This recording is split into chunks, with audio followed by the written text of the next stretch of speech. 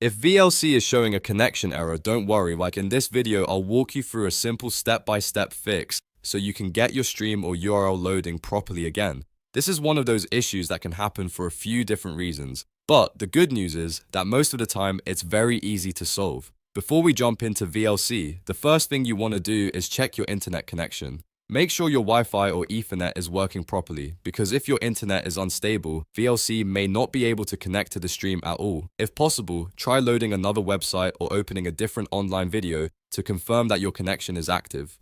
Next, try opening the same network stream or URL in a web browser. This is a really helpful test because it tells you whether the problem is with VLC or with the stream itself. If the link does not work in your browser either, then the issue may be with the URL, the server, or the stream source. If it does work in the browser, that usually means VLC just needs a few adjustments. Now verify that the URL or stream address is correct.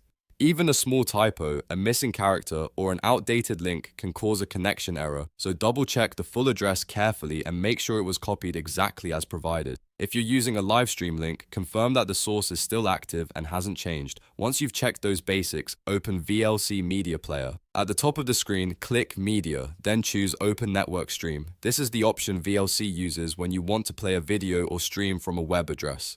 In the network URL box, re-enter the URL carefully. If you pasted it before, delete it and type or paste it again to make sure there are no hidden spaces or errors. After that, click play and see if the stream loads. If the stream still does not load, the next fix is to adjust VLC's network caching settings. This can help when the stream is slow, unstable, or taking too long to connect. To do that, click Tools, then Preferences. In the bottom left corner, choose Show All Settings. This opens the Advanced Settings menu. From there, go to Input/Codecs. Look for the setting called Network Caching in milliseconds. This controls how much data VLC buffers before trying to play the stream. If the value is too low, VLC may have trouble connecting properly. Increase it to 1000 or 3000 milliseconds. In many cases, one of those values will help stabilize the connection. After changing the value, click Save, then restart VLC completely so the new setting can take effect. Once VLC opens again, try loading the stream one more time. In many cases, this is enough to fix the connection error and get your video playing smoothly again. If this tutorial helped you, make sure to hit the like button and subscribe for more quick software fixes and easy step-by-step guides. It really helps the channel out, and it makes sure you don't miss the next solution when you run into another annoying tech problem. And that's it.